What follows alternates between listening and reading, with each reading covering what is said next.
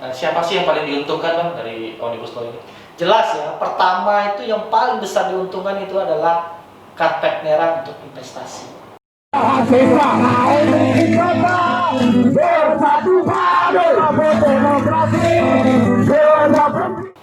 Sejauh ini Bang, bagaimana sih Bang perusahaan dalam memperhatikan analisis dampak itu lingkungan ini Bang sebelum memanfaatkan kawasan gitu? Sebelum Undang-Undang Cipta Kerja. Sebelum Undang-Undang Cipta Kerja. Nah, dalam konteks sebelum Undang-Undang Cipta Kerja ini aja prasyarat partisipasi publik cukup tinggi ya.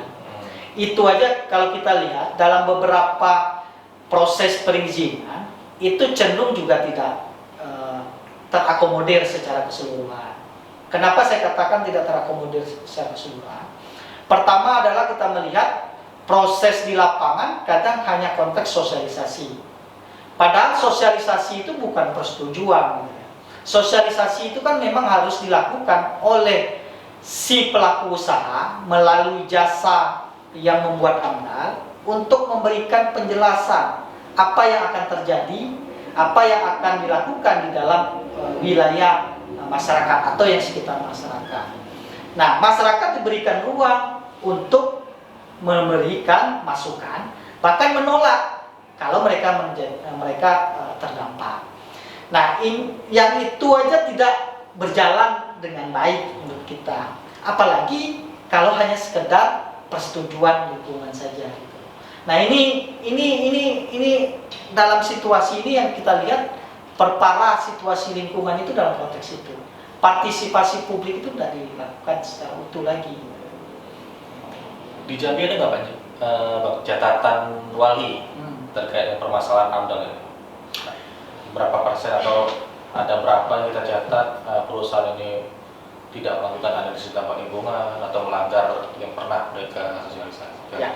Setuju masyarakat. Nah, kan kalau wali mencatatnya dari konteks problem bencana ekologis, bencana ekologis maupun aspek tingginya eskalasi konflik yang terjadi di masyarakat. Setiap tahun itu kan Jambi eskalasi konflik atau bencana ekologisnya naik rata-rata 10-15%. Nah, problem besarnya itu adalah kalau kita lihat adalah karena kecenderungan dalam proses awal perusahaan melakukan aktivitas atau mendapatkan izin dari pemerintah itu tidak dilakukan dengan baik.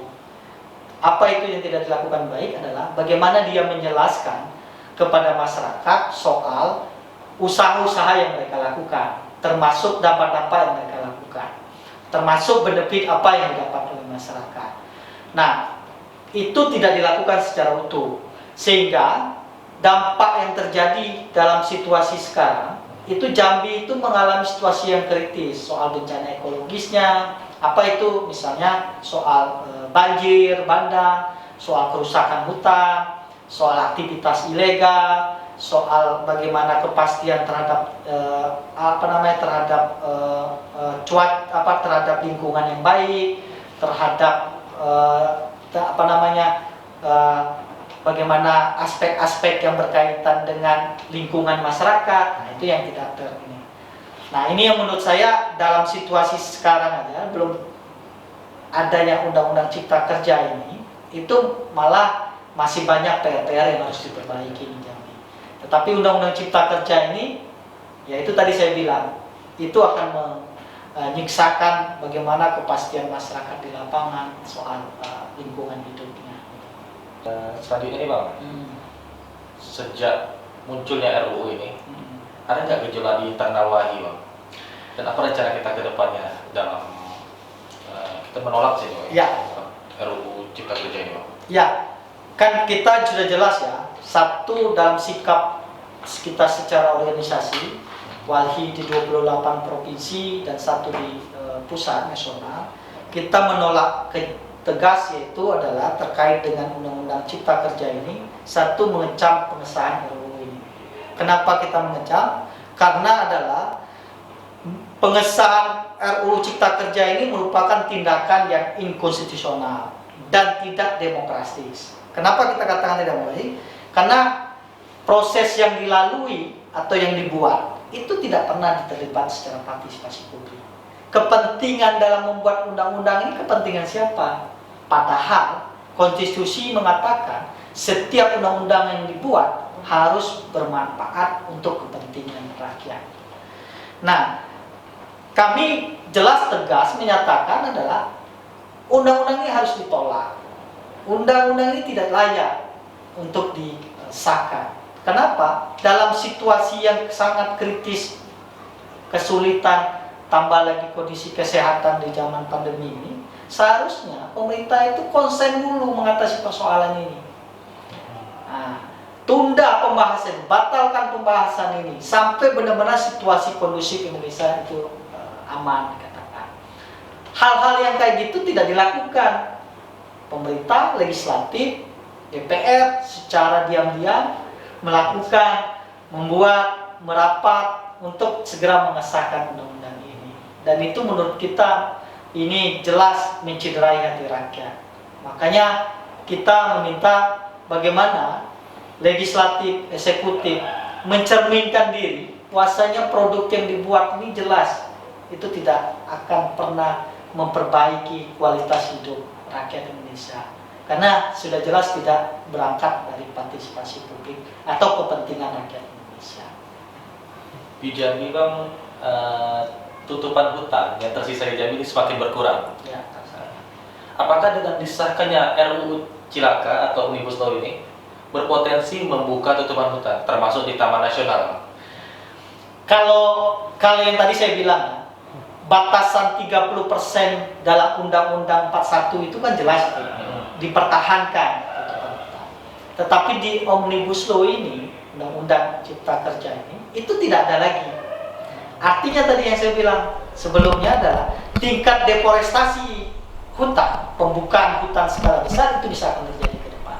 Kenapa? Ruang itu sudah dibuka. Nah, ini yang menurut kita menjadi celakanya di sini gitu.